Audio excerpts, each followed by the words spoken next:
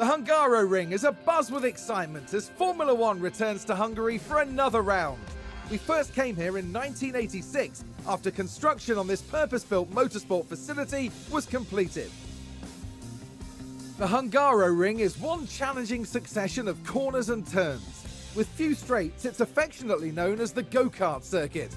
Drivers will have to find a proper rhythm to make the most of the layout, and for cars, low-speed downforce will be paramount. The season is about halfway through, and it makes me wonder what else is in store for the teams. Well, there's only one way to find out. The competition is on.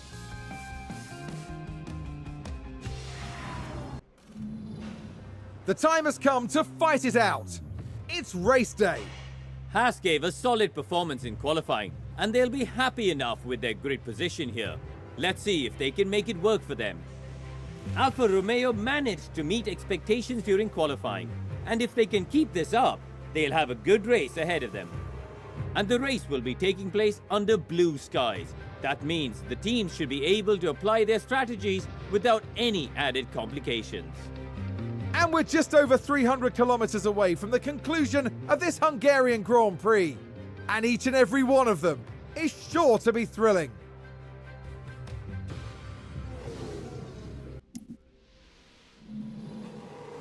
As the sun continues to shine, it seems like nothing can dampen the mood of excitement here at the track. There we see Kevin Magnussen. They might not be in the top 3 spots, but things could change fast once the race gets underway. And it's Schumacher as the second driver today. Slower than most yesterday, so today they'll be starting from the bottom half of the grid. And we're just moments away now. And here we go, with the Hungarian Grand Prix.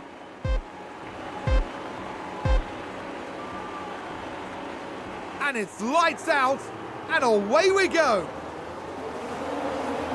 All right, we're underway here in Hungary. And sorry, folks, it's been a while. I realize it's been a while since we got back in this last. And just to bring you back up to speed of where we are, what was happening, and you're going to see some changing right off the bat here, so don't worry about it. We won't watch the highlights until a couple laps in. I got backed up. I locked up. Unbelievable. Yeah, okay.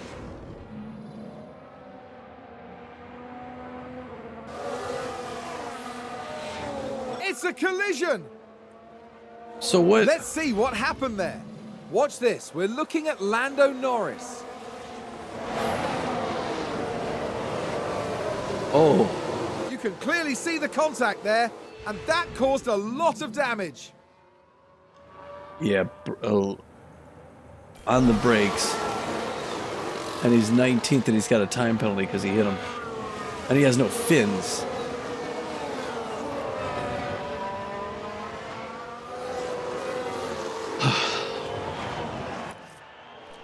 I didn't even get a chance to tell what's going on. Major damage to the front wing.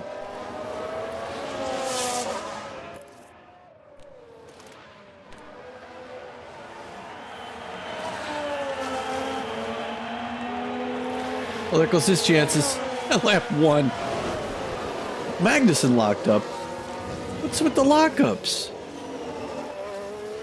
Come on, guys. All okay, Kev? Yeah, my bad. Let's take a look at the replay. All eyes on Kevin Magnussen here. There's the crash. What, somebody tamper with our brakes? What the heck is this?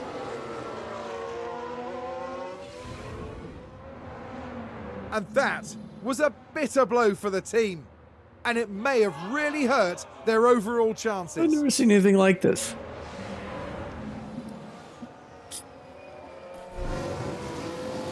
And now Magnussen's 20th.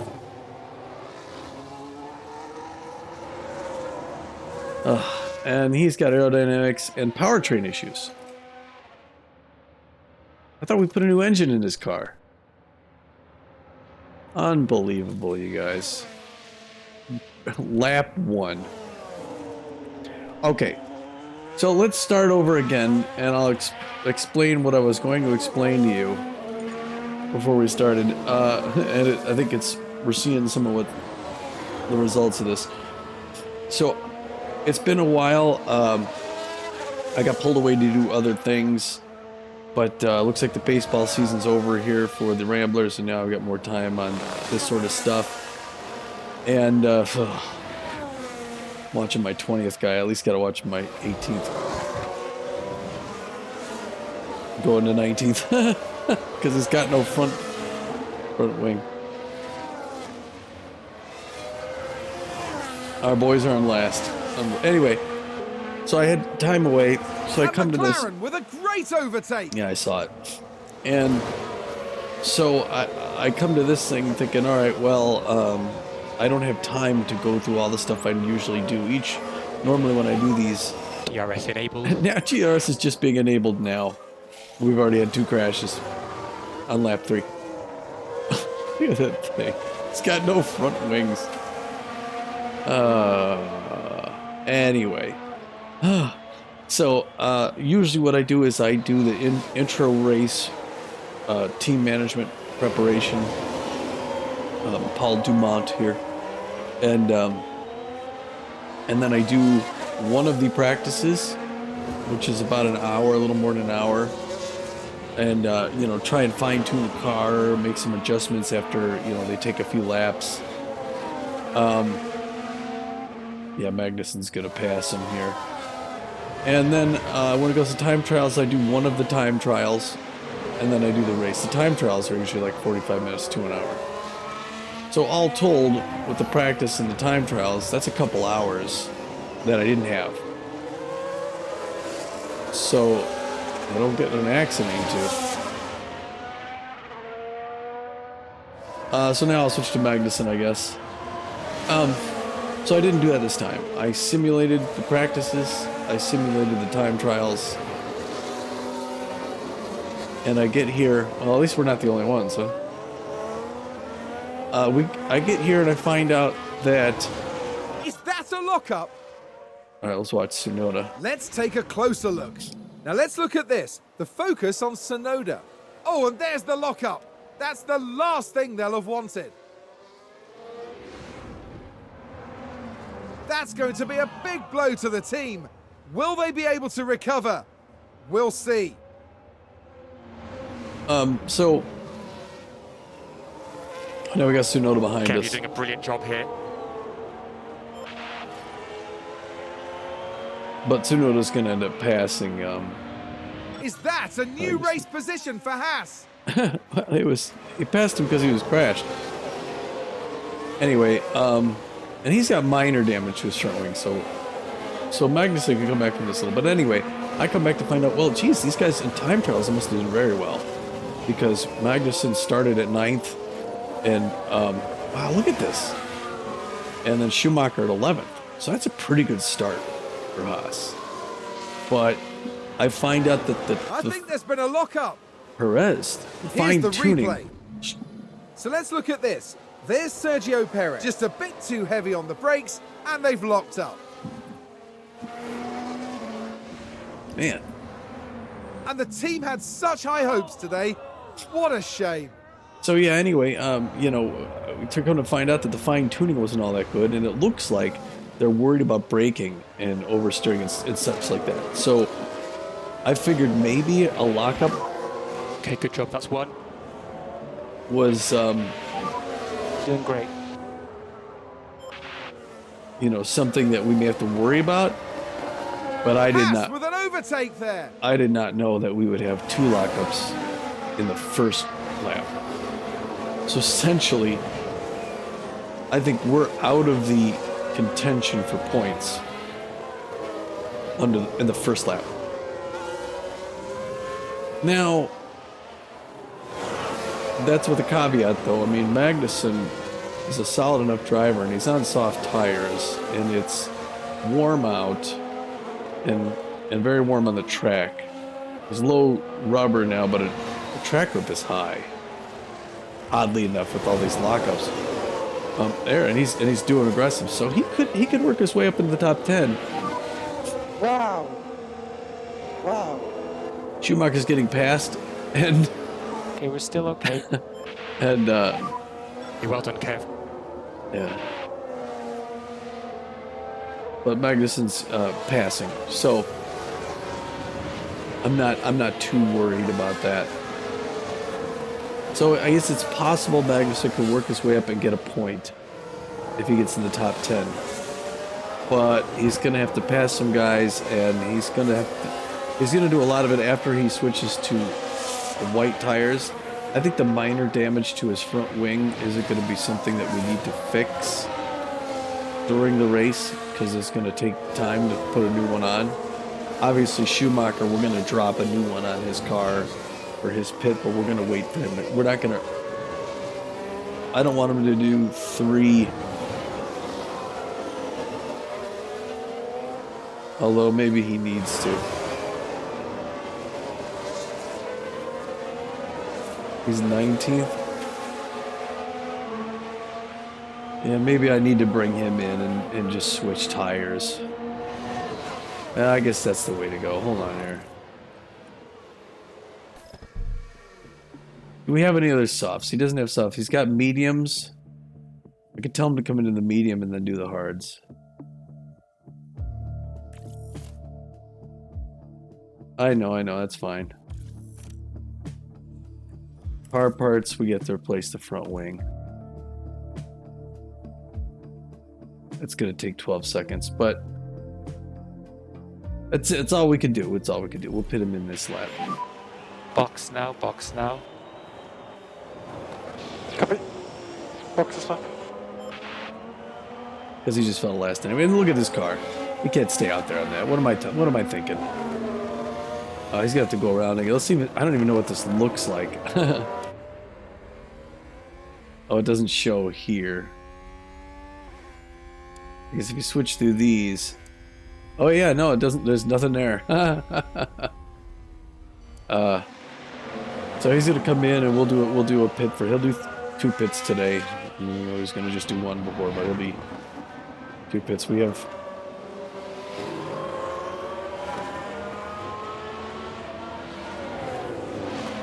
He's got another pair of mediums he's gonna go to, because it's early on.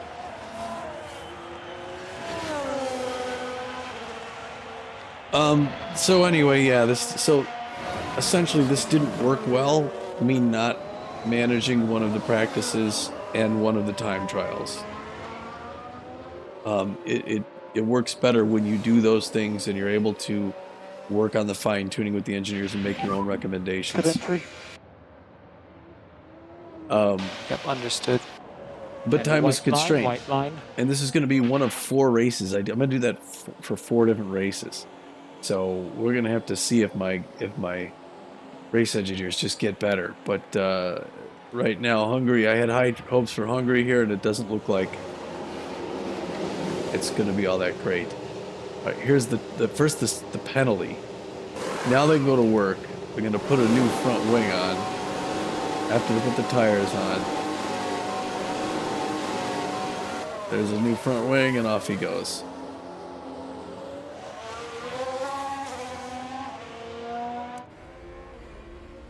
All right, and here he's coming back out, and at least he's got a fully functional car. He's got brand new tires. He's in 20th place, and he's way off everybody, but at least he's racing functionally, and you know he's going to use the rest. Basically, this is one big practice.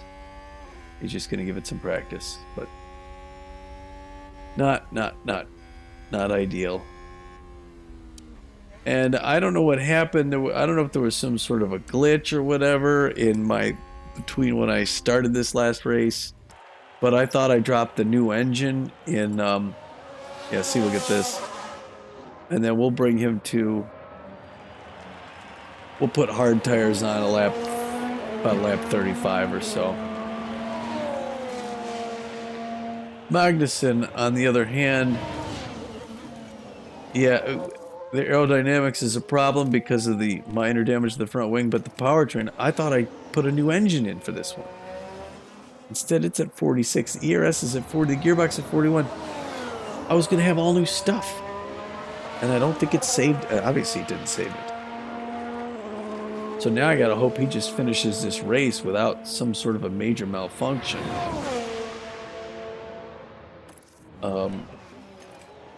He's got new engine. He doesn't have the new ERS or the new gearbox. So these guys have really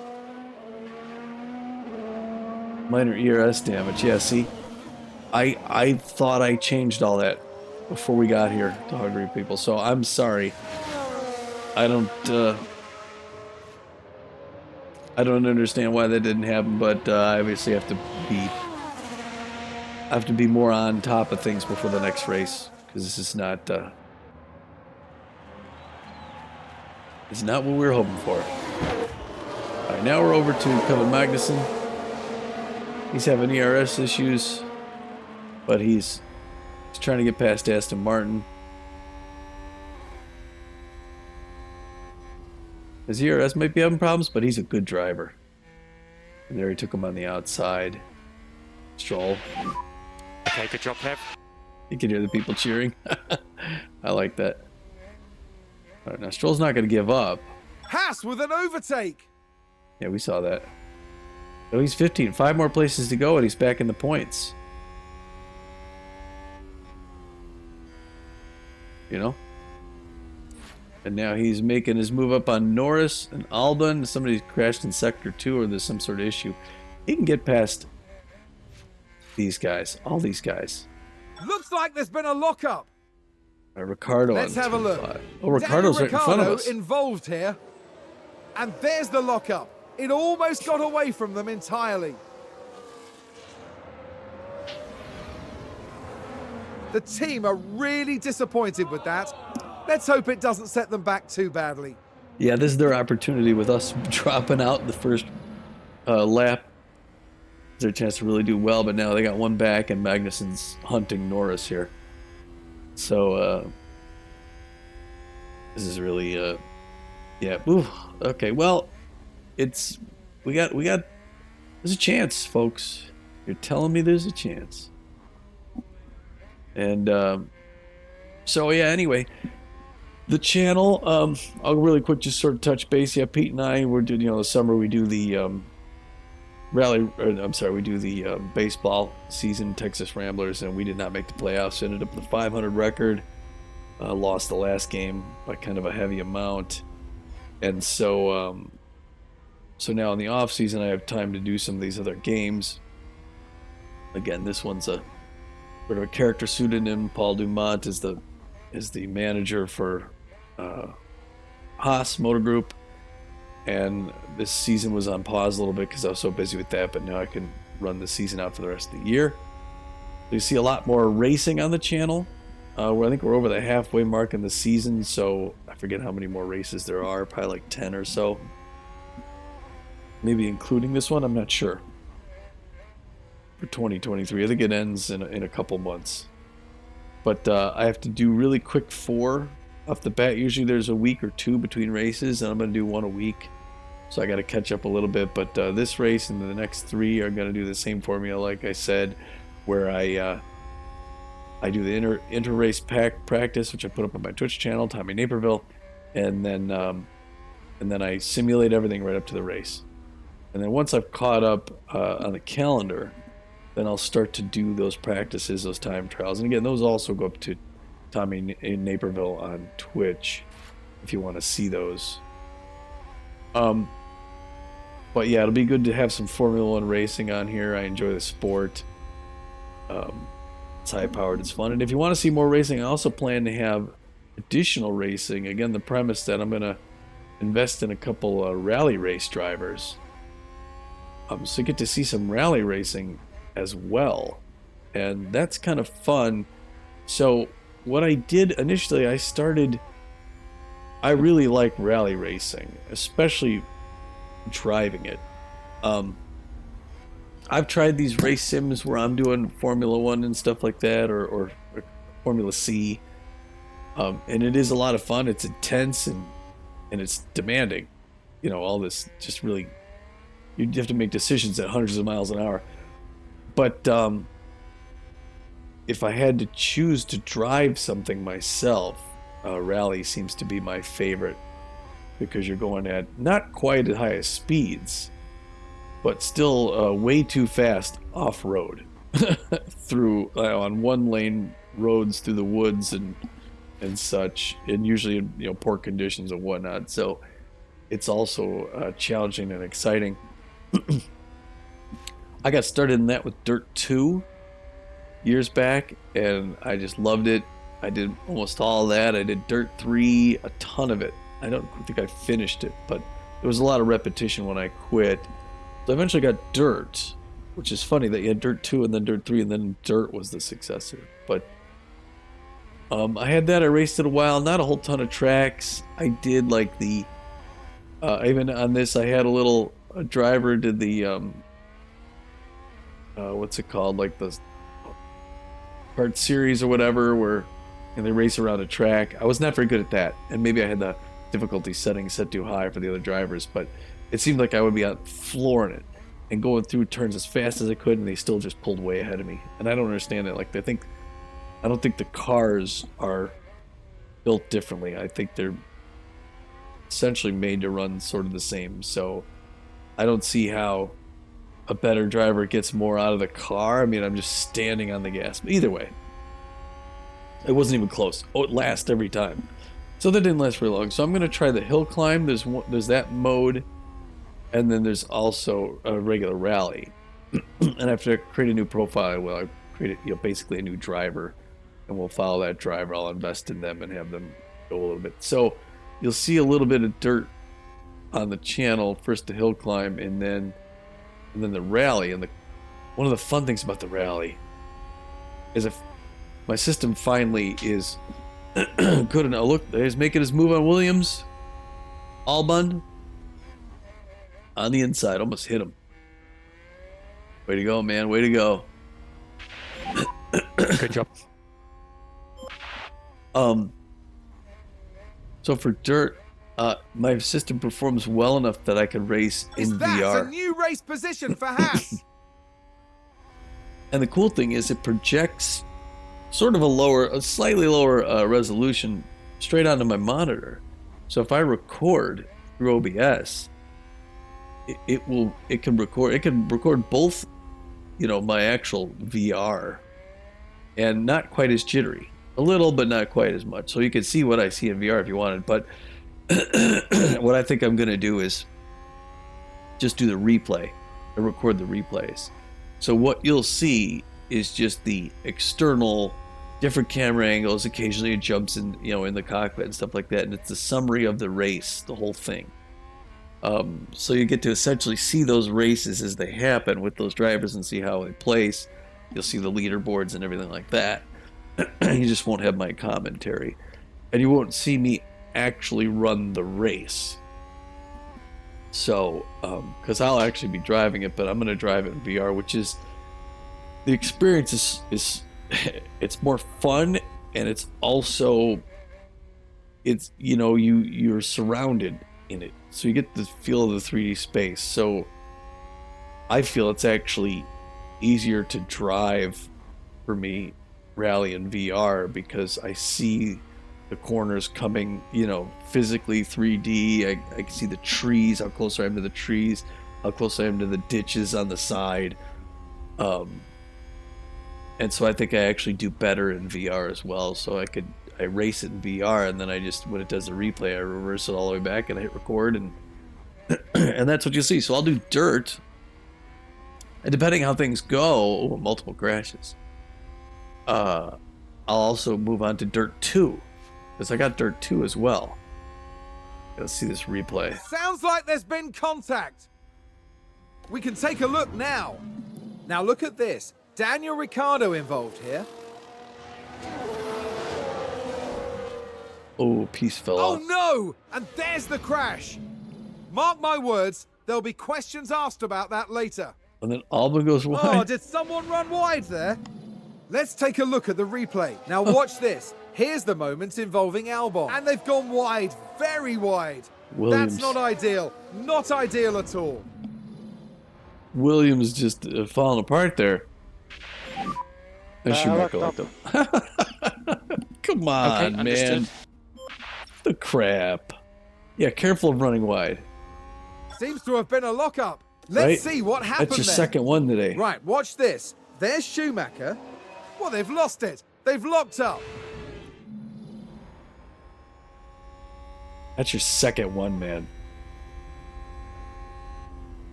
You gotta knock that crap out. Now, he should be able to get around Ricardo in the pit, even though he's not yet to the straightaway. He's got to be able to get ahead of one guy. Ricardo's in there. He's probably getting fixed from that crash, and he's not moving yet. All right, good. All right, so Schumacher gets ahead of him.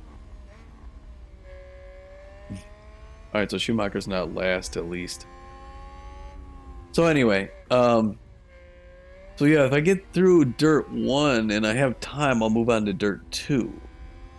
And again, I'll do the same sort of a thing. I'll create sort of a pseudonym character and have them be a driver. That's me investing in them, and we'll see how far I could take that. But I got WRC 10, which is, I think, World Rally Circuit 10. It actually has the, sort of the sponsored by the World Rally. And it's pretty good, and it lets you do like a whole career. So that's newer than the other two. And that one should be a little bit more robust. So I think I'll use these other two as practice and then move on to that one. And maybe you'll see that one next year, along with F1 Manager 2023. You'll see that next year as well. But plenty of racing on the channel, even though it's not hugely popular. Everyone's not watching it all the time. Looks like we got Perez trying to move on us here, and he will.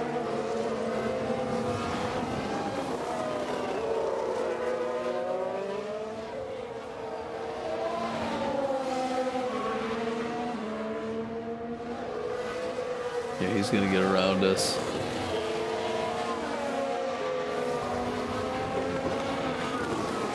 That stinks because we're going to have,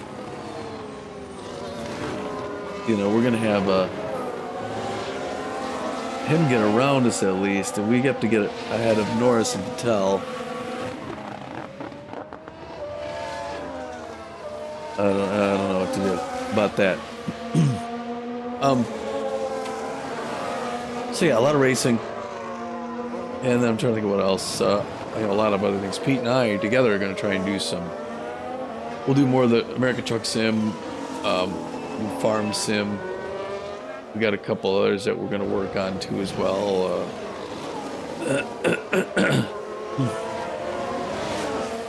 A lot of guys going in the pit. Wow, that's going to help Magnussen out quite a bit, at least temporarily. Wow.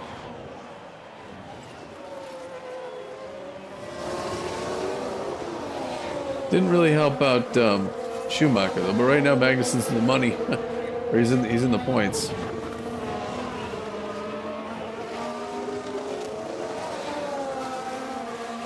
That works out, man.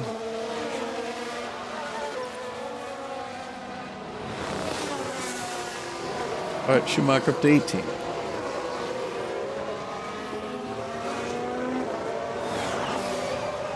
Very cool. Sonoda's creeping up on us. I don't know if he's going to catch us or not. It looks like he might. We're having DRS issues, so lovely, huh? Here in Hungary. Do some more flying as well. We're going to pass Joe here.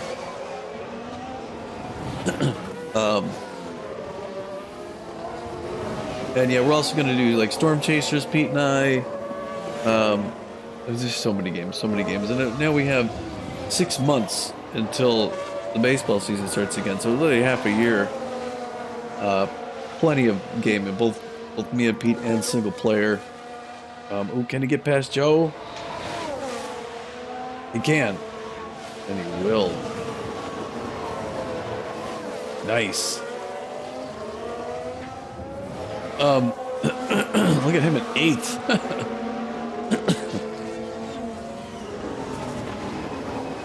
Some history stuff. I'll get some history stuff done. I also got Space Engine, so I want to do some like documentary stuff. Another car spot. How about that? just a ton. But essentially 5 months, because we're also going to do the off season. Control and spun. Leclerc, calm Let's down. take a closer look. Watch this. There's Leclerc. They lose it there. That's the spin.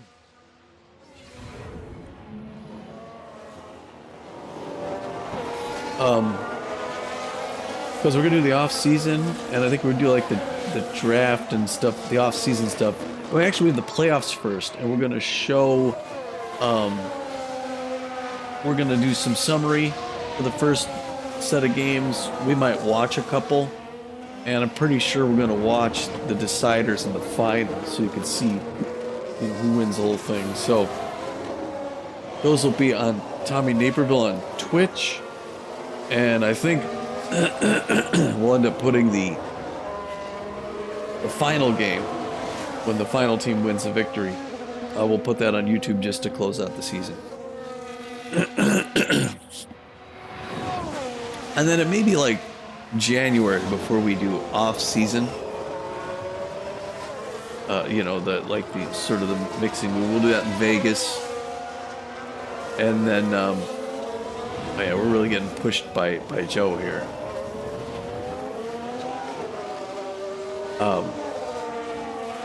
So yeah, tons of stuff. So stick around the channel.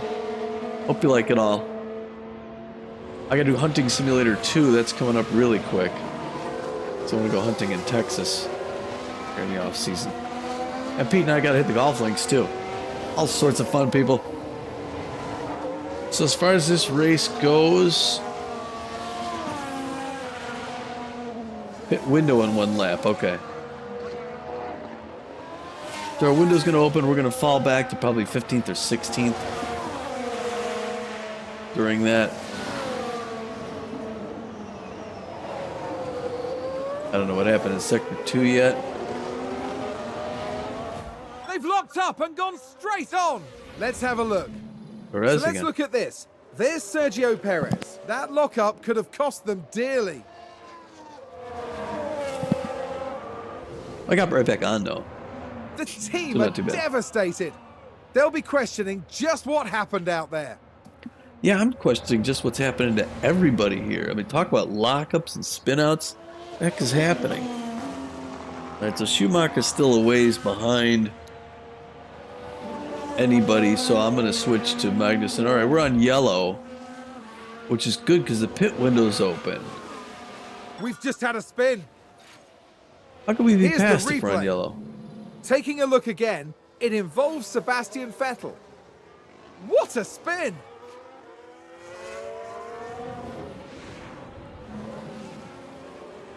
So we just got passed by Joe? Really? Just keep concentrating. Alfa Romeo just moved up a place. Yeah, we saw that. Okay. Yeah, I think I think we're having problems with the DRS, which is partially causing these issues.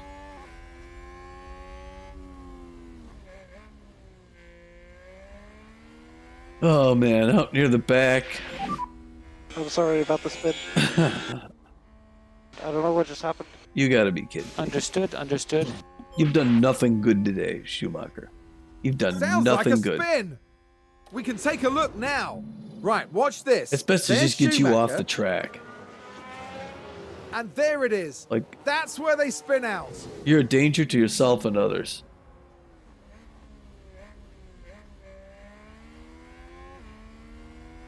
I mean, we should take him off the track before he really hurts himself. For his own good. You know, I mean, bananas. We're coming into the south end of the track. Heading west. On a fine day here in Hungary. Yeah, so I got some more passengers here and stuff. I know Pete and I have been flying around the country to different stuff, and I kind of like doing that for Aerofly FS4. We got some views on it.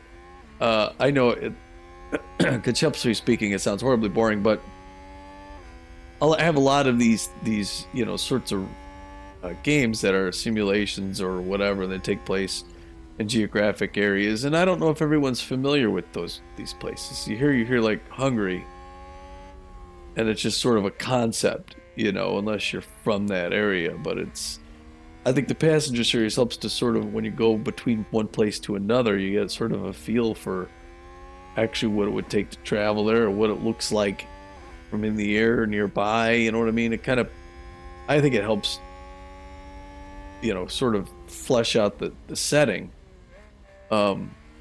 If you're interested in that sort of thing. If you're not, then just pass it right over. But I think enough. I'm surprised that there's actually been enough. Whoa, there we go, that one. People. All right, so we saw that, so we don't need to re-see it. But that was obviously Joe. Oh, there's a spin! Yeah.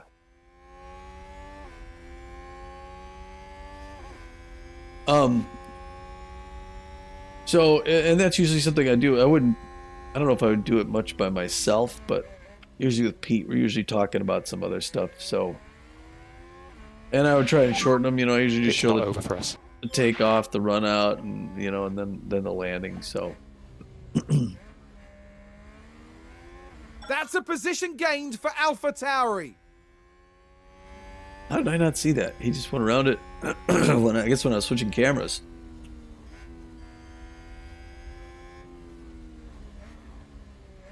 Pit window's open. He's gonna go till about 30. Actually, we can go to 37. Right? We'll go to lap 37 with Schumacher. He's on lap 22, so he's got 15 more laps before we switch him over. Magnussen's gonna come around here. Then he's gonna have like one more to go after this one. In fact, the pit window probably opens when he crosses the line here. Track grip is high now. Track rubber normal. Track is still pretty warm. 1 minute is a 40% chance of clouds. And here you'll probably see the pause. Yeah. Open the pit options.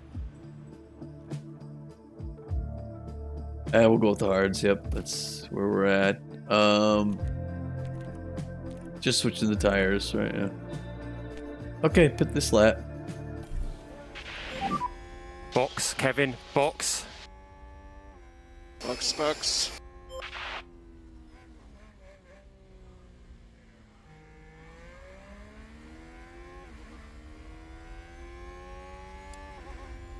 We got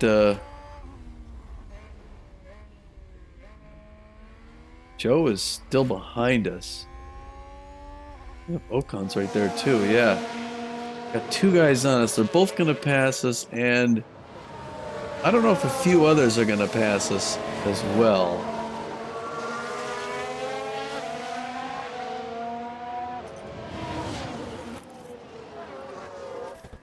Pit options again. Mandatory compounds, penalties. Hard parts we can't do. Front wing is minor, no replacement. Okay. And we can't change anything else. Okay. Never mind. Just wanted to see that.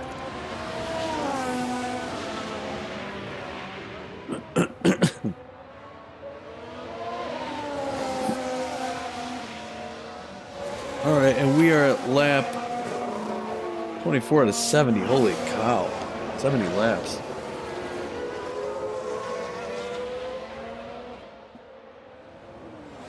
I think we might make it all the way around here for the pit. All right. Oops. All right, he's in for the pit right now. Let's see what it looks like from his perspective. Now he's down to 11. He's going to drop a few more. I'm guessing he gets down to 15.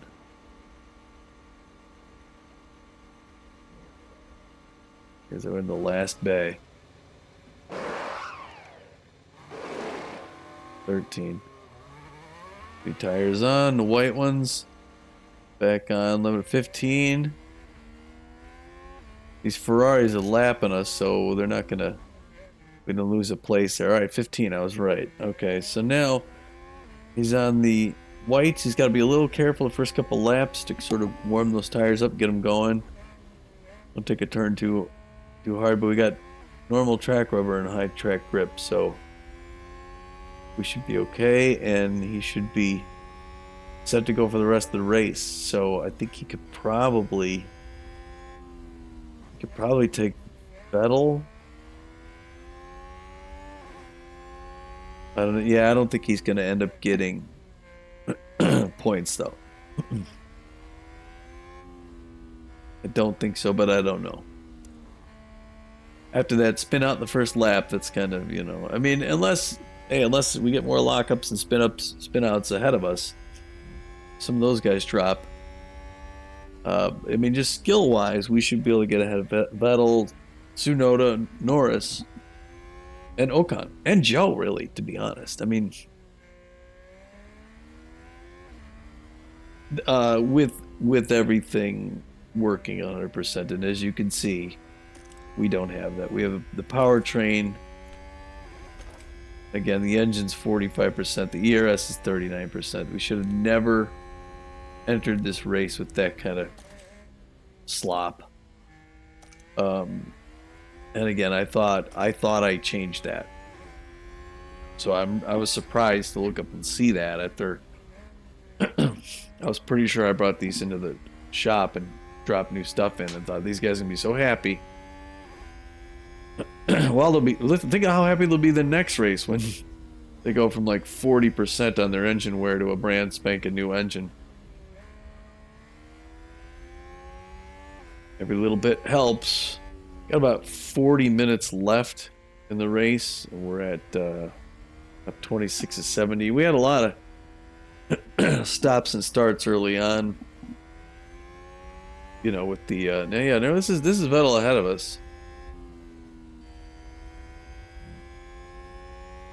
And we have some people behind us. I can't quite tell who, but oh, we got Ferrari behind us, but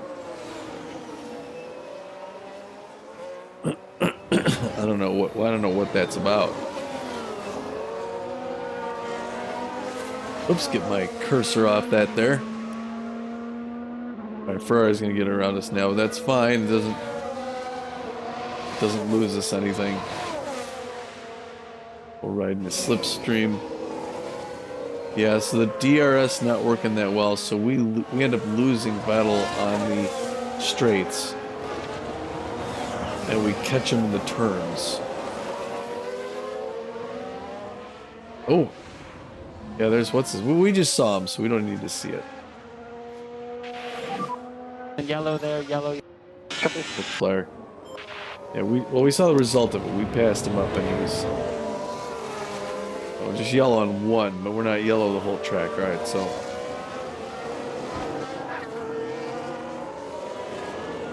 Looks like he's thinking about making his move. Problem's going to be on the straightaway. Look at that. We got Schumacher's back at 17.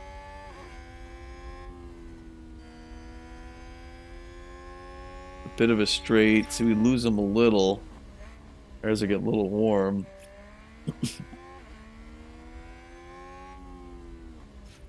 This is where he could make up some distance. We'll have to see how to get away from us on the straight here.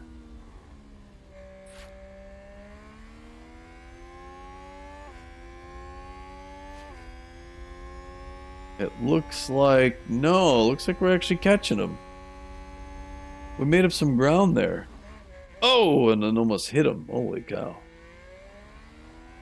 Yeah, so again, the plan is, I mean, I think this season will be over before this happens, but after this season and at the end of this year, if all goes according to plan, I'm going to have a new PC, get a new rig that's a little bit better, and I think then you won't see any more stutter. It runs this. I mean, this is performing pretty well, but on occasion it'll drop a few frames and stutter, and it'll say I was some sort of coding overload. I don't think you'll get any of that with the new system. So it'll all be smooth front to back. You won't have to worry about that. And other things as well. Now I think it's also going to be, once I got that new system, it's going to be good enough that I'll be able to do a lot of other things in VR as well, including like IL2 and some of my other flying. I think Microsoft Flight Simulator in VR, and what was the other thing I was going to say in VR? Truck Simulator. So that'll be fun to do some truck driving in VR, especially if I'm going, between places that I've already been, and I'm driving with Pete. But I got to get Pete's my brother-in-law. I got to get him over at some point once I do that, though, and put the headset on him and let him see what it looks like to drive inside the truck. It's just so cool. Great You job really on get that. that feel for being in the rig. And so, Haas with an overtake there. I think, oh,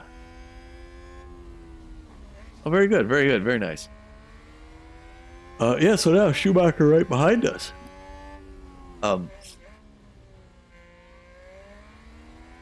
So yeah, I think it'll be neat for Pete to see what it's like. You get that feeling when you're driving. Sometimes when you drive American Truck Simulator or Euro Truck Simulator, after you go for a little bit, you almost forget that you're driving a truck. You tend to think you feel like you're driving a car, and so you tend to take things a little bit quicker than you should in a vehicle that size. And you forget that you wouldn't take a turn at this sort of speed, or come to a stop this quickly.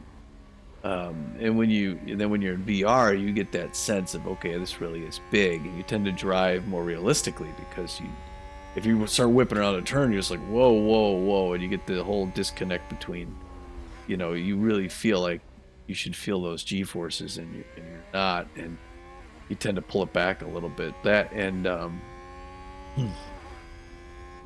you also get the sense that you're above the cars too a lot better, because you can see in a 3D space, so you'll see these cars down underneath you. You can actually look down and see the cars, so you feel like you're riding up like 6 feet above the ground. It's a lot of fun that way, and that works in other things too, like the flight sims as well. You feel like you're in the aircraft. The one thing I did Aerofly FS4, which is one of my flight sims that actually works well in my VR right now. And I'm gonna do more of those too, more VR flights in that as well. But I did a VR in the Extra 300, which is a light sport aircraft made for maneuvers and aerobatics. Really light controls.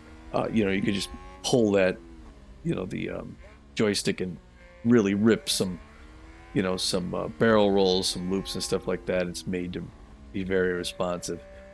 More so than I like. I like more of a gliding, sort of a smooth, experience. So this is more like a fighter pilot, but not even just a fighter pilot, more like a Japanese Zero. I mean, it just guns around, and unfortunately, from a VR perspective, it's not ideal.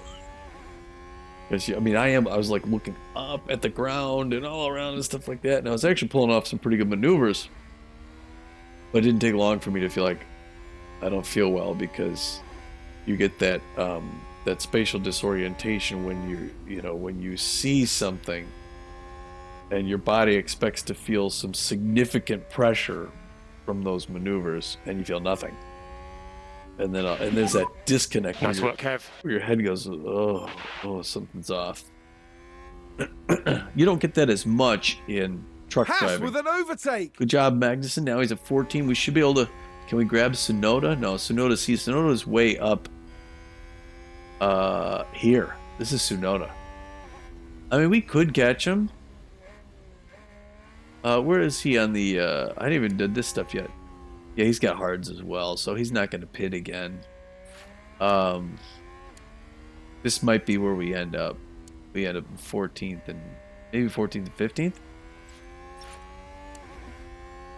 I don't know. Oh, big lock up there. Oh, Joe. Okay, well, that's ahead of Let's us. take a look at the replay. Let's take another look. There we have Joe. It's a lock-up, and that could be costly. Oh, and then he stopped and let what's his face go by. Okay, well. And that was a bitter blow for the team. And it Those may guys brothers? have really hurt their overall Like chances. the twins, aren't they? So there's Joe. Okay. He's a few ahead of us. We'll see. So yeah, it racing, it doesn't, it's not as bad. I mean, you obviously you'd feel some amazing G-forces in this too, so this might affect you. Driving like the truck simulators doesn't affect you as much because you're driving. I can drive for over an hour in that in VR and be okay because you're generally speaking not going at, especially in a truck, you're not going at speeds taking corners like you would in a car. So you don't expect to feel those. I mean, if you're driving sane like a truck driver.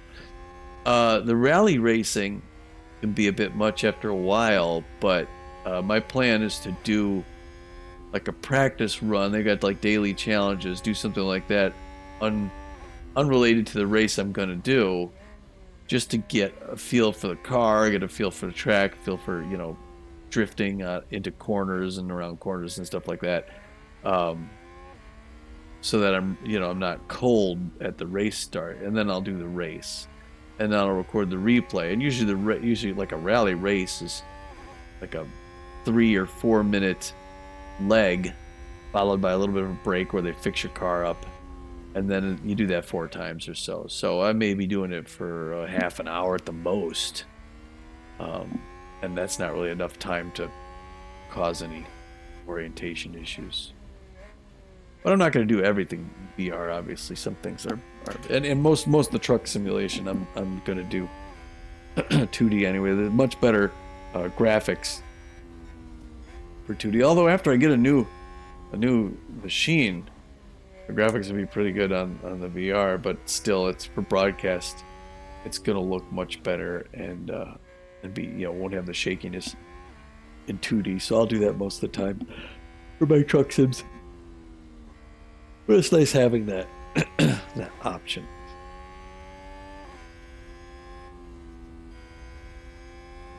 And I especially want to do it in Microsoft Flight Simulator because that's such it renders the real world so closely that you can fly over areas, and it's just like, wow, this is really what this looks like.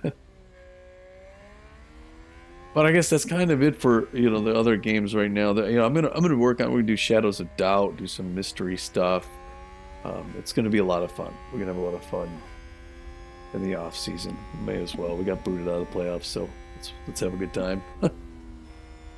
But so back to this race. All right, don't worry about Ferrari there. I mean, he's not letting him take it too easy, but Ferrari's lapped us, so we're not losing space.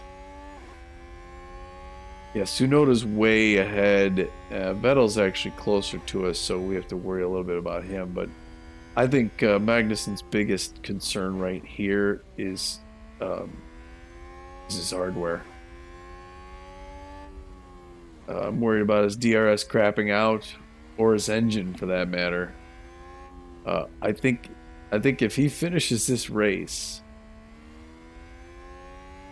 without one of those two things going south on him, I'm fairly certain that in the next race something would have happened with those. So he'll be pretty upset when he crosses the finish line that we made him race with this junk, because he's a prima donna. No, because he deserves better than that. He works hard for us. Represents the brand very well. So yeah, he'll be happy. The next one we drop in a cold, clean new engine, freshly lubed, and a new DRS that responds at speed of light.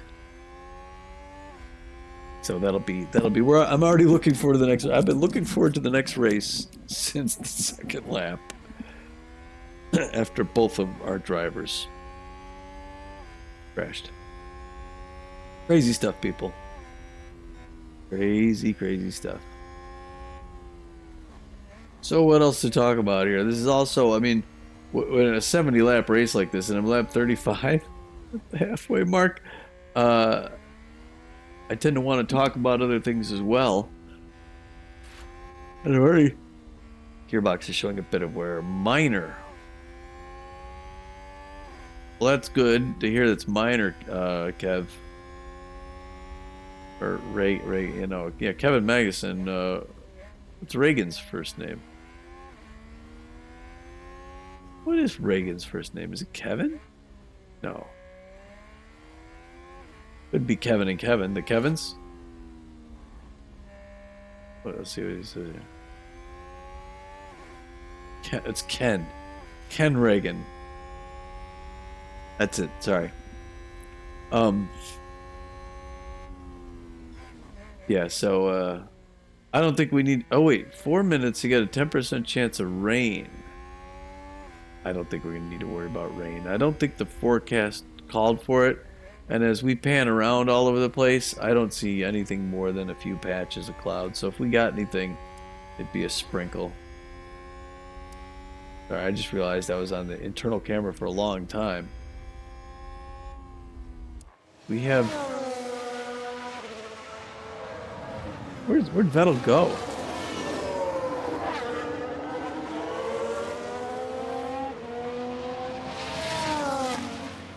He's behind us by quite a ways. I think Verstappen's coming up to lap us.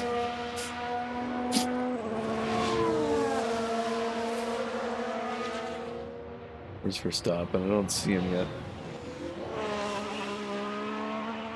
Oh, there's some overcastness in the distance.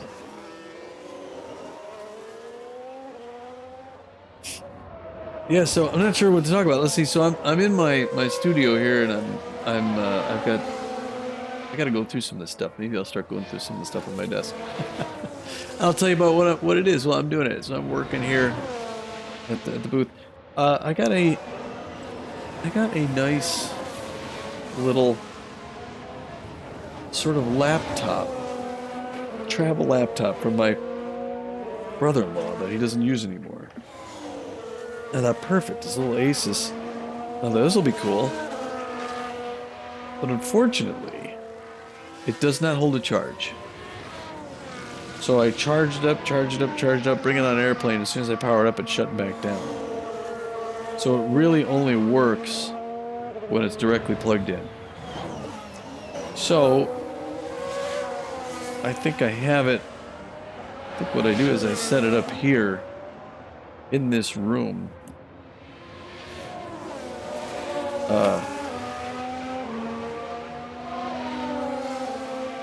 As sort of a secondary screen for me.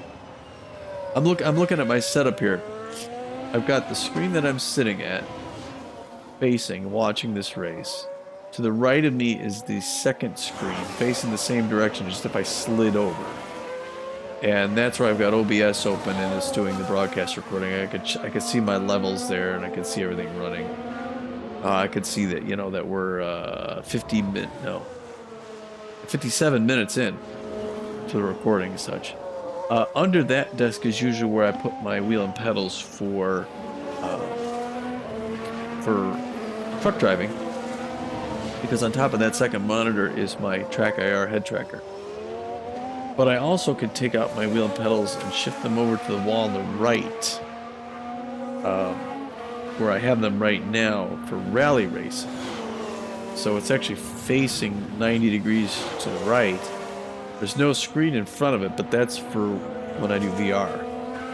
Because I found out recently that, you know, when I'm driving truck, I'm usually a little bit better on the brake and on the gas, and if I need to brake pretty hard, I'll pull back on the wheel while I push forward on the brake, which helps keep the base in place because it's on this base. And I think if I clean the floor and clean the bass pedals, it will also stick better to the floor. But when I was doing rally racing, there was a couple times I jammed on the brakes and I hit this thing toward the desk and it pinched a couple of my cables. Just made, you know, like pinch grooves in them. So it didn't tear into the cable, but you know, there was like a dent in there, and then eventually it settled out and now it's round again. But I would worry about doing that over time and actually severing a control cable. So now I've got to put it up to the wall where if I hit the brakes, the only thing that's going to slide is going to be me and my chair away from the thing because it's butted up to it. So I've got a little secondary table to the right of that where I put my wireless mouse, so that as I'm facing off in this direction, I can use that mouse to move the pointer on the screen, because the screen is wherever I look. And I think I'm going to put this little laptop on that little side table as well. That way, if I'm, you know, flying in VR or something like that, I can have this with charts on it, and I can just sort of glance underneath my VR headset to see anything that I might have written there. So anyway, that's a long story to tell you my plans with this little laptop, but we'll have to see. It was a nice little thing for him to give me, but unfortunately, I think as soon as he gave it to me, it wasn't working. And I don't understand this thing. Little flap here.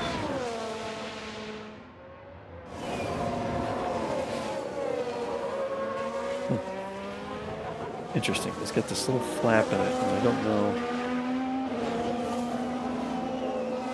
what it's for.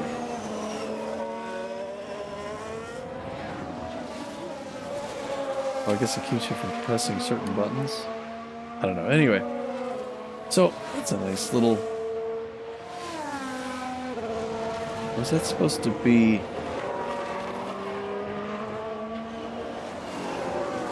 If I turn this way, I'm sorry. I'm looking at this thing. If I turn it this way, that would come down. That wouldn't make sense. Okay, anyway. It is what it is. I'm going to set this. Oh, it doesn't even close. Why doesn't it close now?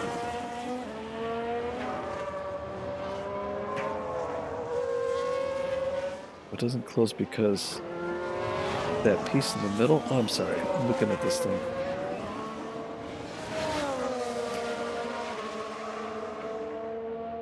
Huh.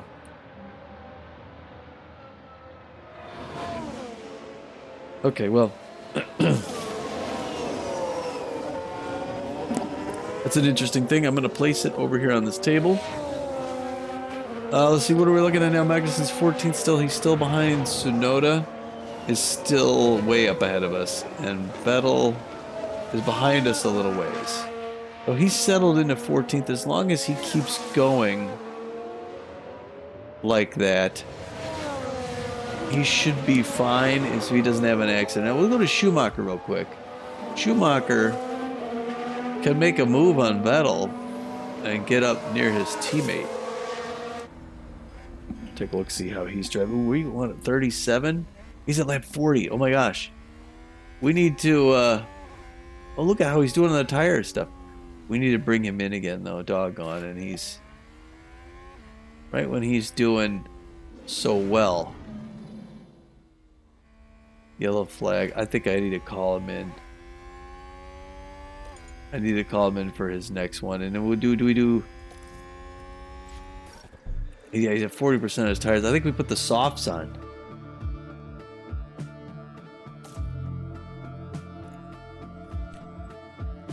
I think we put softs on and get him racing off that, you know? Oh, and that's a crash! Leclerc. Let's take a closer look. Watch this. There's Leclerc. Lock up. A definite collision there. That's very unfortunate.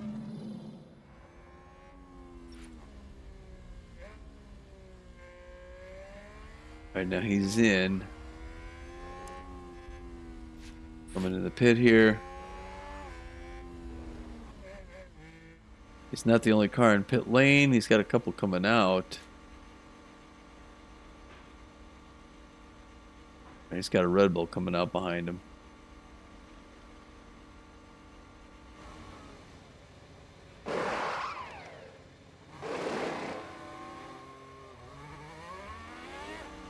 All right, 19. Don't go 20. Don't go 20. All right, he's not last place.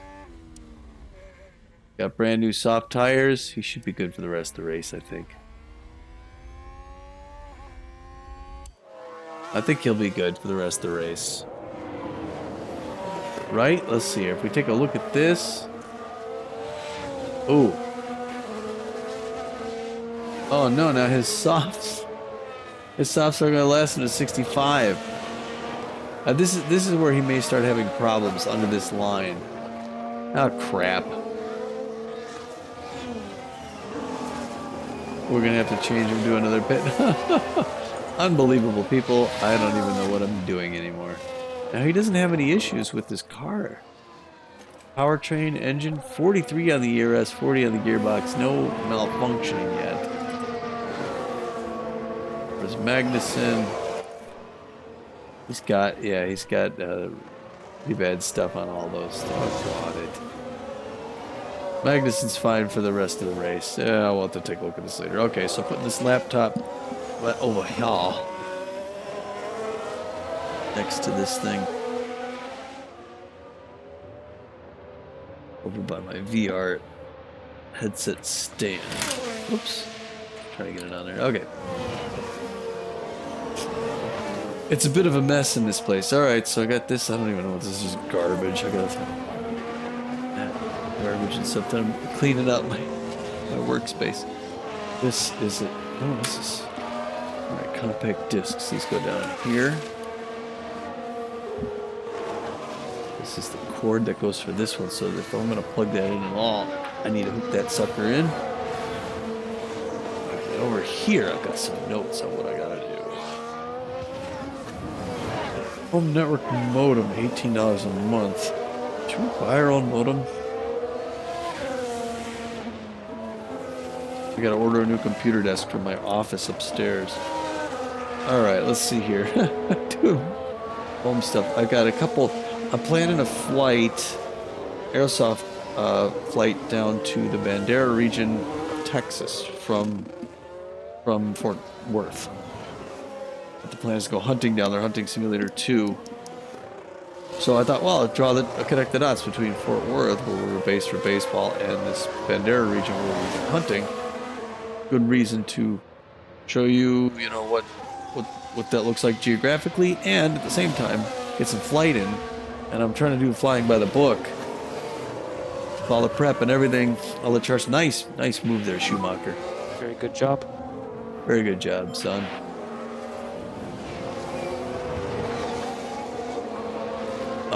Is that a new race position for Haas? It is.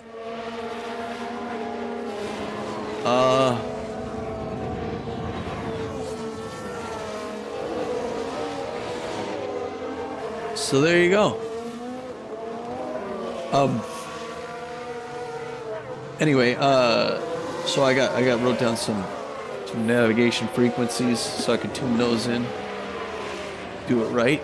Chapstick over here, can put some of this on. I have a little, even though you know computers have clocks on them, I've got a little analog clock down here with hands showing me what time it is, which is good. Get me to bed at a good time, otherwise I wouldn't do it myself. Got my little hand lotion down here for winter. I really don't need it during the summer, but during the winter it's Gingham by Bath and Body Works. Ultimate Hydration Body Cream with shea butter, hydraulic acid, 24 hour. And this thing, it smells good. It doesn't smell girly. It almost smells like cologne. Yeah, good job. The only problem is I have to be careful because it's oily, and if I'm playing a game and I don't want Haas to... with an overtake there. Schumacher takes over. Oh, nice. Way to go, Schumacher. Ooh, coming up the ladder, climbing it there. He's got two Aston Martins in front of him, and he's racing on those reds. I think that's why he's looking good. So yeah, I love the smell of this hand lotion. I got a box of Kleenex because I'm notoriously stuffed up. I do need to clean this. I've got a basement studio that I built out. I love it. I love it down here. I got good bright can lighting. Espresso spray painted the joists above my head, so you don't even really see the dark ceiling. I get some cobbles and some spiders, but the room itself, I should take pictures. I've got like a light bluish gray on two walls. The wall with to the back of the door that you come in, and the wall on the left. And then the other two walls are a deep purple. And on the floor, I've got like a sort of a driftwood, brownish sort of fake wood flooring. It's just peel and stick flooring, and white baseboard around the edge. Finally, it looks like a proper room. Put the door up myself. It's a bifold door, but it's because I don't know how to measure out that well. It's just sort of a new thing for me. So I got a hanging bifold door, which is great. I got the jumbo sockets. I got a couple different sockets in here. I ran my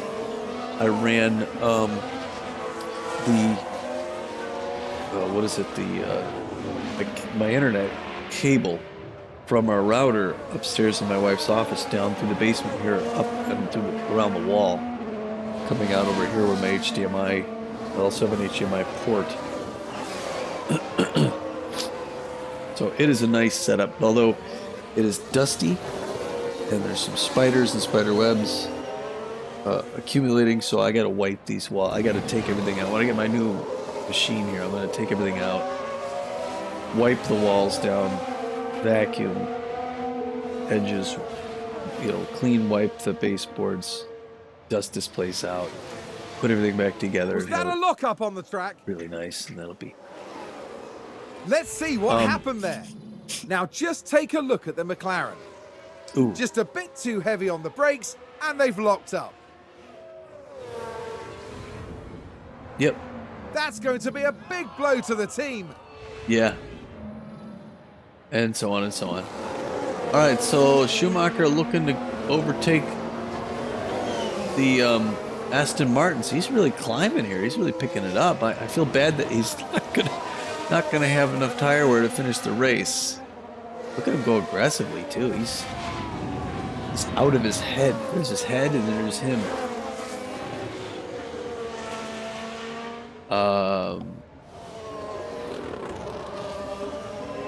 There he comes. Look at that kid. The kid can drive.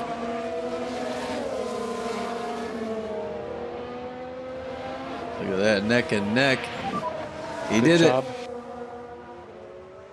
Oh, Dunsun past Stroll. Now he's got Vettel. Haas with an overtake. Saw it. Don't need to see it again.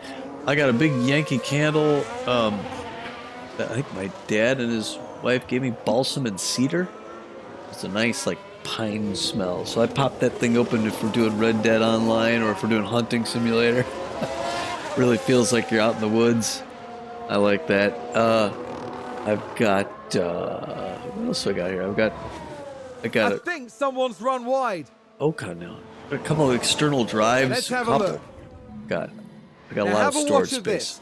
Looks like old. yeah. Dear, oh dear. That's far wider than they would have wanted. Oh yes, it is. Let's see here. I got a little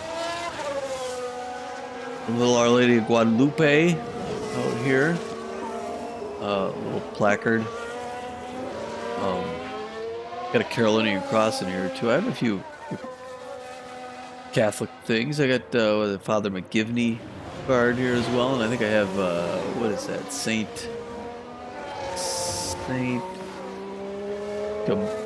Gamalia. I got another candle. It's like a fruit scented candle for when it gets to smelling.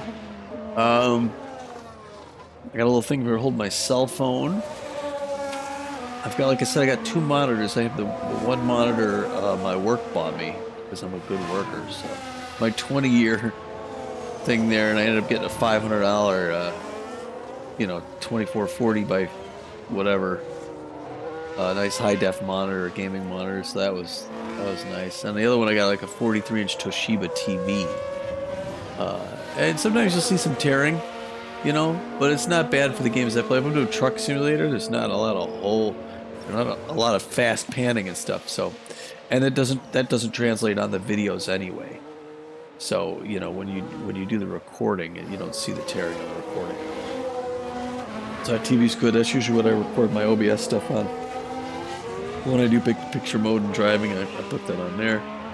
Got a couple cup holders. So I got a little thing here that underneath my first desk that holds my external graphics amplifier off the ground, and I put my gaming joystick on top of that for baseball and other sports stuff.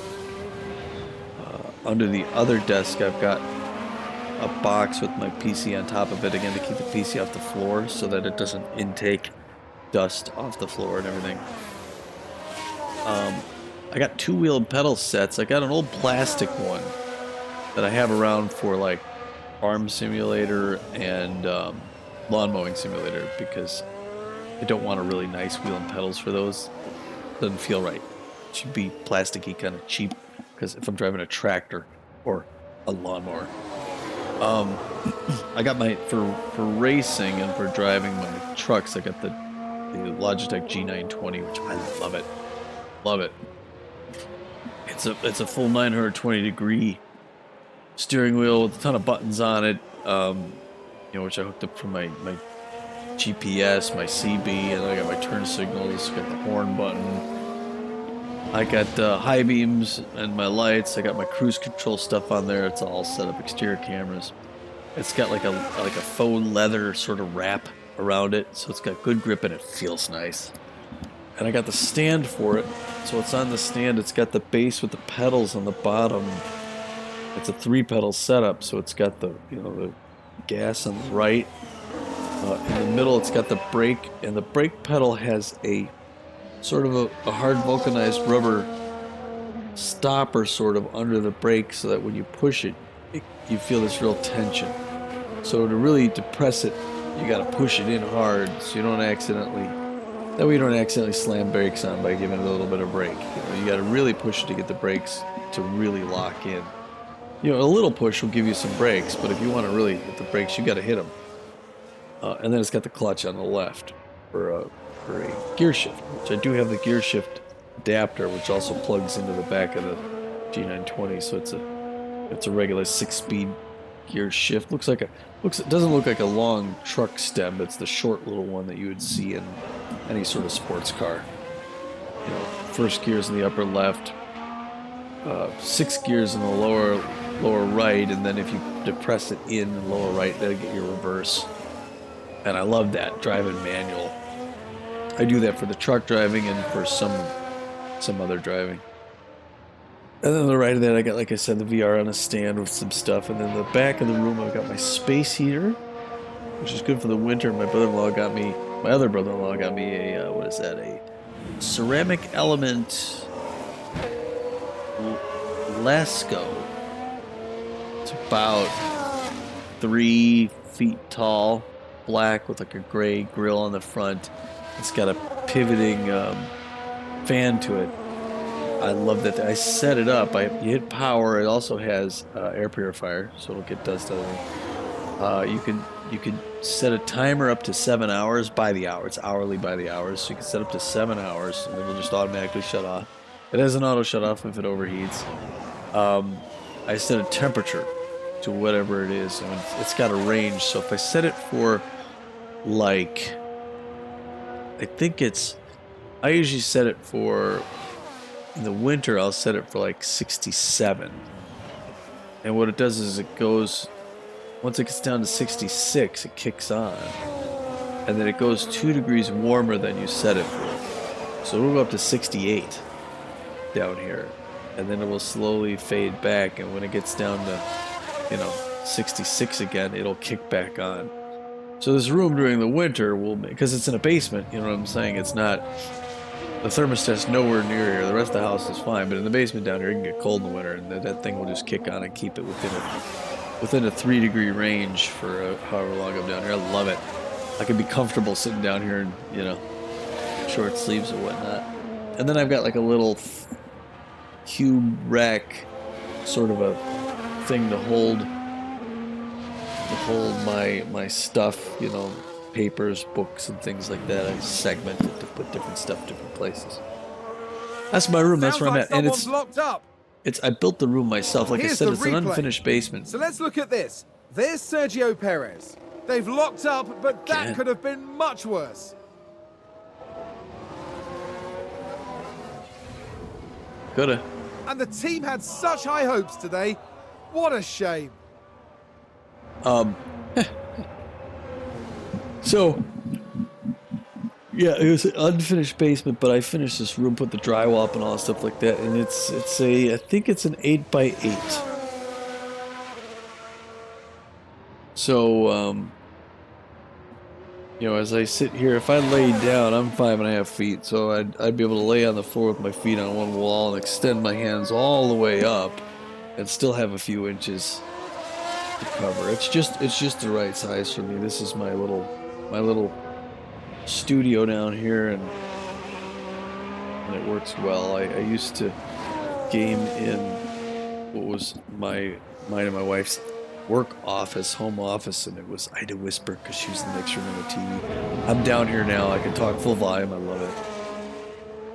Oh, I also have my flight throttle quadrant and autopilot clamped to my desk on the right there, along with the joysticks. So it's fun. It's a fun little place to be. And as far as the gaming hobby goes, we should be wrapping up here soon. 54:70. I can't believe this race is lasting as long as it is. Let me go back to Kev Magnus and see where he's at, what he's doing. Schumacher's doing darn good. Kevin's at 12. Don't think he's gonna pass. He might. Possible he can get in the points. This is a long race. Oh, he just got passed by Norris. Just keep concentrating. Unbelievable. By Norris, of all people. Is that a new position for... McLaren gain a position. What do I have to look over here for now? All right, let me go back to Schumacher. I don't want to jinx him. So anyway, I don't remember what I was saying. Oh yeah, I wanted to be wrapping it up here pretty soon. I gotta work tomorrow. But yeah, so gaming, generally speaking, you know, I got a lot of stuff going on the channel, but I'm a family man. I'm married, and I prioritize the time with my family. So usually my playtime, my wife gets herself to bed at a good time. She gets up to bed about 10:30, so I'm usually up with her and one or both of my sons watching the show after dinner, and then the kids usually go up to school nights, you know, by 10 o'clock. And then my wife usually watches a show or two on a channel that I'm not usually crazy about, so that's her own little wind down time after we've all spent. It's not over for us. Most of the night together. Right now he's falling back. This is not good. Alpha Tauri gained a place. Saw him creeping up on him. I think we're having problems with the DRS and all that. So anyways, I end up coming down here about 10 o'clock at night. Sometimes 10:30. And go to about midnight. On a work day. I'm generally working from home, so I don't have a really early rise. If I have an early rise, then I don't game, or I get to bed much earlier. I'm going Thursday going golfing with my dad, so we got an 8:30 tee-off time. I got to be out there at 7 something in the morning, so I will not be gaming on Wednesday. I'm going to bed at 10 before everybody else. Which is fun. I enjoy golfing. In real life, I was on the high school team, and then as an adult, I golf, generally speaking, like once every year or two. Hasn't been that often. And now that I'm much older with my kids and such, I golf even less. It's funny because I know guys who have, you know, golf regularly, have tee times. I don't know how they get out of the house every weekend for that long without having to do anything.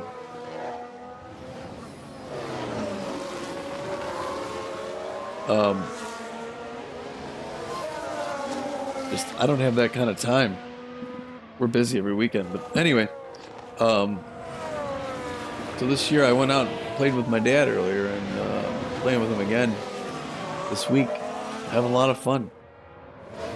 And it's September in the Chicago area is a great time.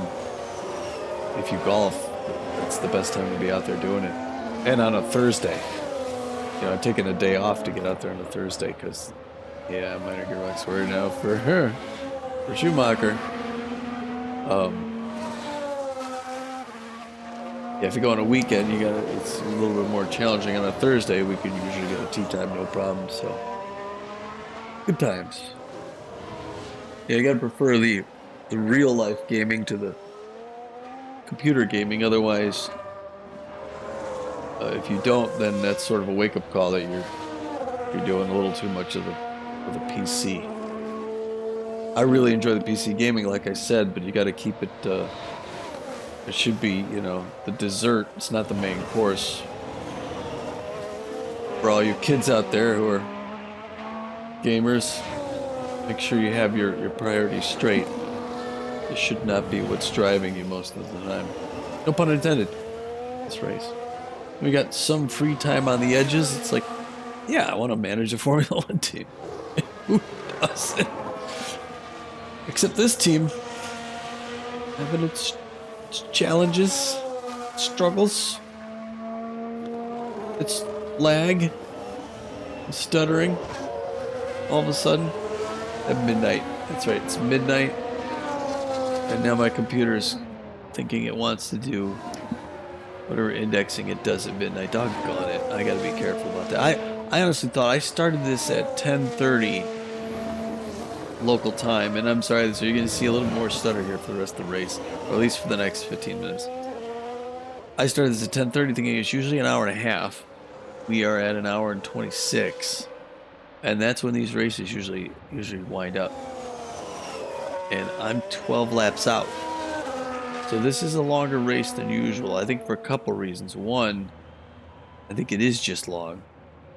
70 laps, and it's not a small track. So I'm going to guess this is maybe the longest race course and race that we're done of the year. But I'll have to check that out to be sure. And then other than that, you know, so many lockups.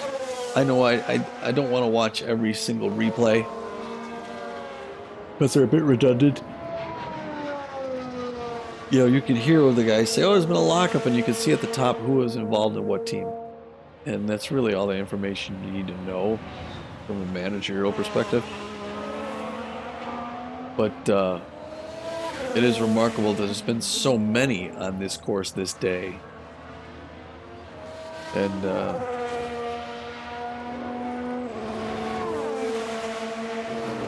yeah, it's been so poor of a performance, starting 9th and 11th, and now we're 14th and 15th, and not going to get the points.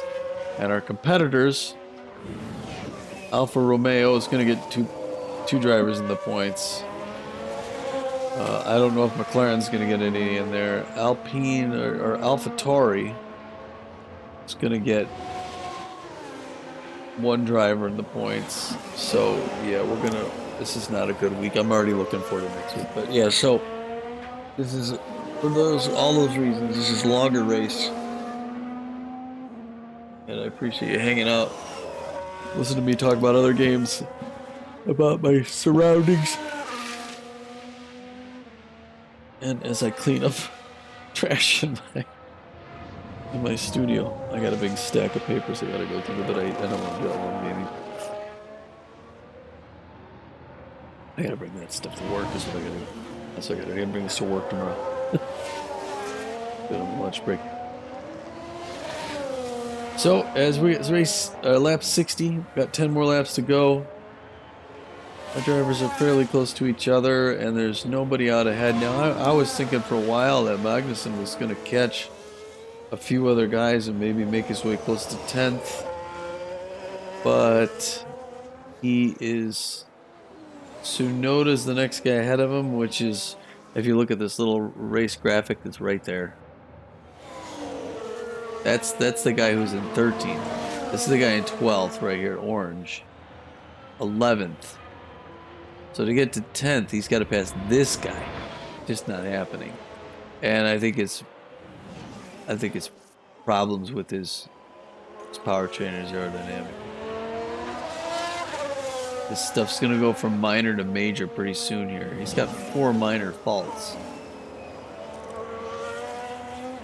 Now for his tire wear, he's fine. Schumacher, his tire wear, he's okay. He's extending it a little bit. He may be able to push it on these softs. There he is. He's on his own. Magnussen on his own. There's really not much to even watch. Other than switching to, you know, the onboards here, we can watch and kind of drive around the track with Kevin Magnussen.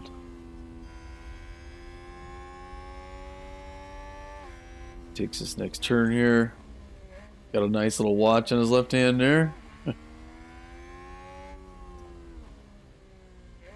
Yeah, we'll have to apologize about this. And I want to do some aerosoft flying. Aerosoft flying in Europe. What about in Europe? After, I think we're going to drive American Truck Simulator probably for all of October, a little into November. So about a month and a half, I'll still drive American Truck Simulator.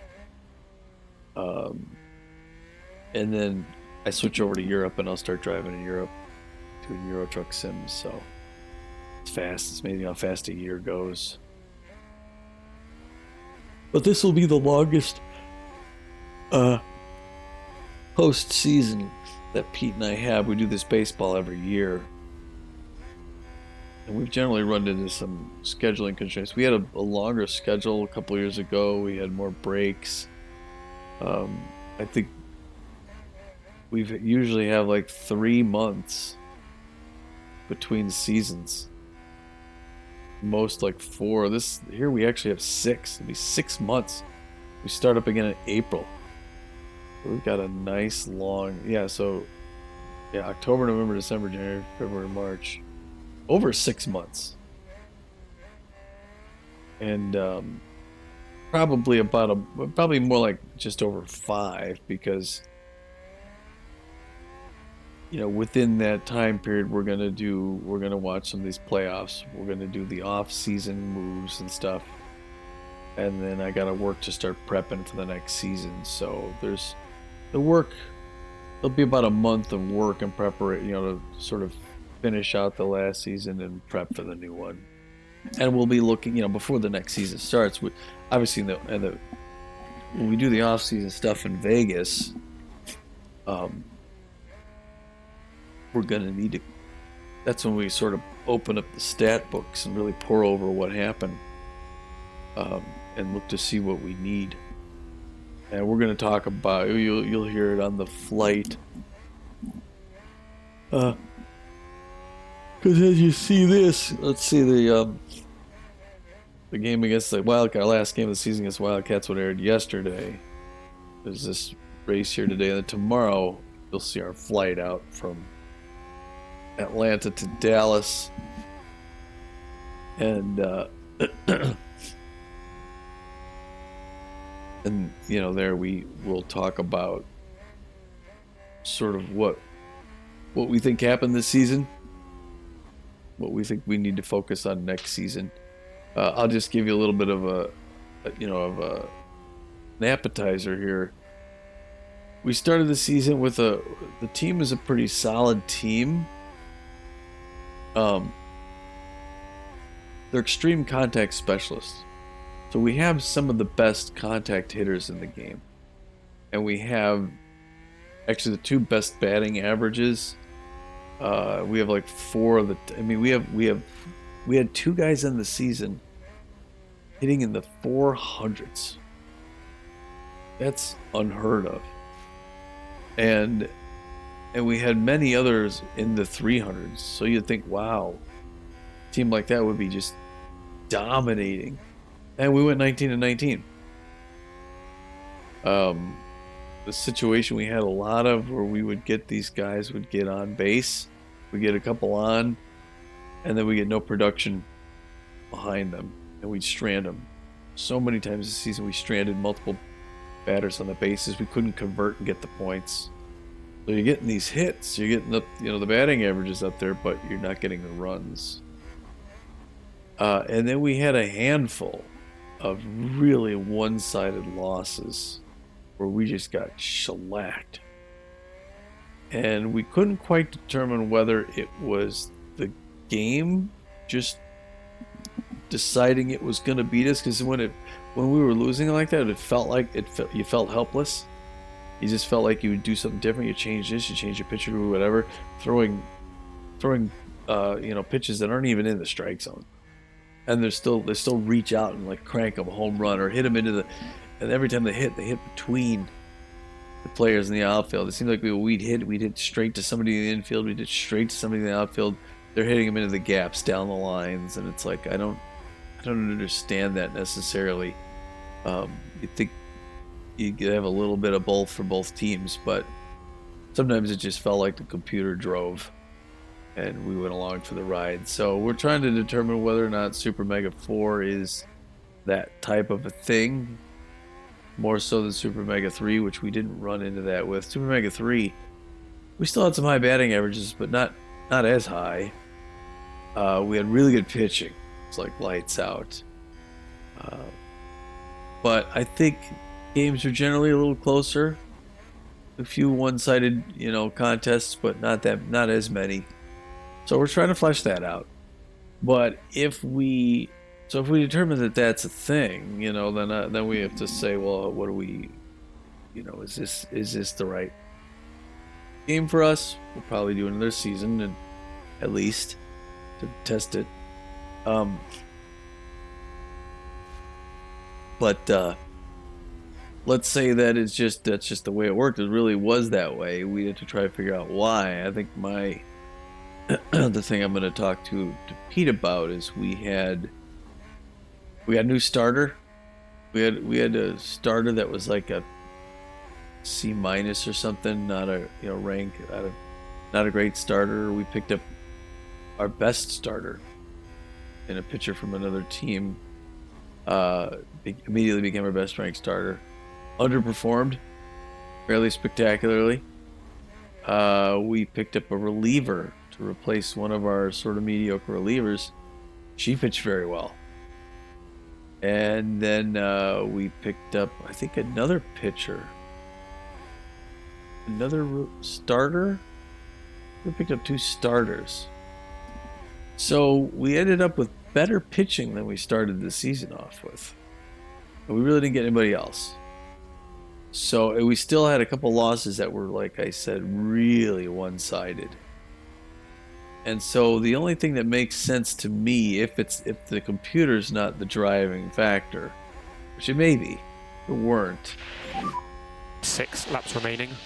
The thing to me that seems to make sense would be if it's our outfielders. Because we don't have a lot of speed, and it seemed like a lot of times this season they hit the ball into the gaps or wherever, and maybe if there were faster outfielders, they would make it to the ball and catch it, or they would at least pick it up quicker and reduce the amount of doubles that we had against us. An extremely high number of doubles hit against us as our fairly slow outfielders finally made it out to the ball. Sometimes getting triples. So I think we have some very good hitters out there in the outfield, but I think we may want to forego. We don't need to be extreme contact specialists. We could just be contact specialists. And I think we lose up a little bit of money to let go. Starting to lose the rears a lot here. Okay, understood. Give up some hitting power for maybe someone who's better in the field. 5 laps remaining. And in the process, maybe shave a little off the salary too, because these big hitters that we have, they make some money, and it's usually a little cheaper to get a fielder. But the way these off-seasons work too, again, it's called a Dutch auction. So the off-season starts and everyone's asking for so much money. You got to sort of wait and see, star a few players, keep an eye on them as negotiations go through. Some get picked up, some don't. They start to drop their salaries, and you say, all right, when this person hits this range, we make them an offer. If somebody else picks him up first, and you're like, all right, go back to the drawing board. Now, let's figure out what's the best we have based on what's here available. But anyway, that's a lot of baseball talk for a Formula One race. And it looks like this is where we're going to end up the whole thing. The leader's at lap 68. Magnussen's on lap 66. Schumacher on 66. This tire wear is better than it's about getting to where he's saying something about the rears. But it only has 4 laps to go. So I'm not going to pull him in for a pit. 4 laps remaining. Copy. Him either. So we got 14 here. 15 right behind him. Magnussen ahead of him is Tsunoda. That's the guy who did the best. Behind him, Schumacher. So it looks like we're going to end up 14th. We start off at 9th and 11th, and we're going to get 14th and 15th.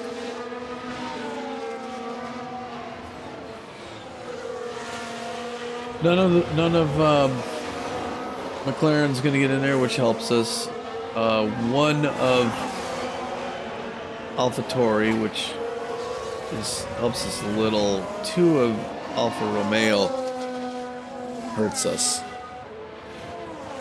And Alpine's going to get 1 too, it looks like. So not good. Already looking forward to the next one.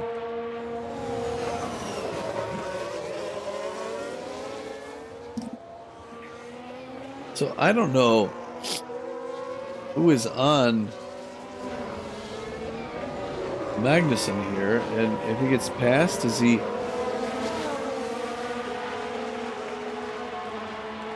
He's 14, Schumacher's 3 15. laps remaining.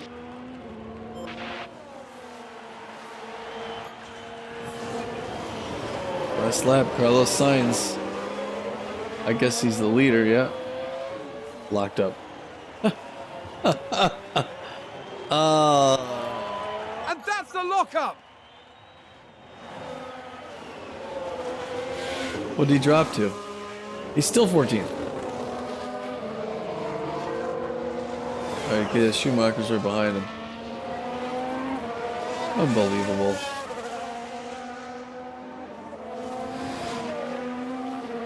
Here's our 2 guys right next to each other, 14 and 15.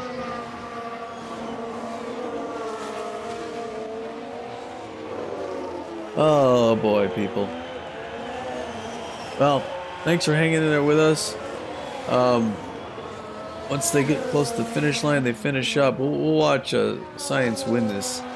Once our guys finish, it'll show how they did and everything like that, and I won't talk anymore. We'll just see you in the next one. So, again, Tommy Naperville at Twitch if you want to watch the prep between races, between now and the next one, and then we'll see you in about a week for the next race, which won't be quite as long. And it's got to be a better outcome, right? This is pretty bad. All right, here we go. Carlos Sainz wins the Hungarian Grand Prix. Checkered flag. Magnussen and Schumacher both. Yeah. Hard luck again, guys. And Sainz crosses the line first. He's taken the win. We can take a look now. There we go. It's a win for Sainz. After that performance, there's no doubt that they deserve their spot at the top of the podium.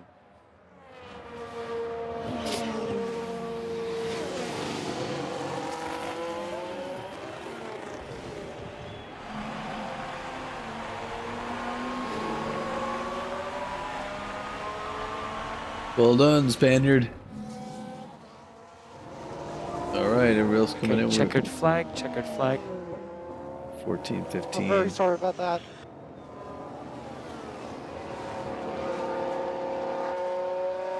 All right, and as these fill in, we will see you next time. Thanks for watching. And I'll go ahead and cut out here. Oh, in just a minute. These guys are just making their way around again. Come on in. Alright. And, where are we? Here we go. Here's another one coming in right here. Alright, and we will catch you next time, folks. Bye now.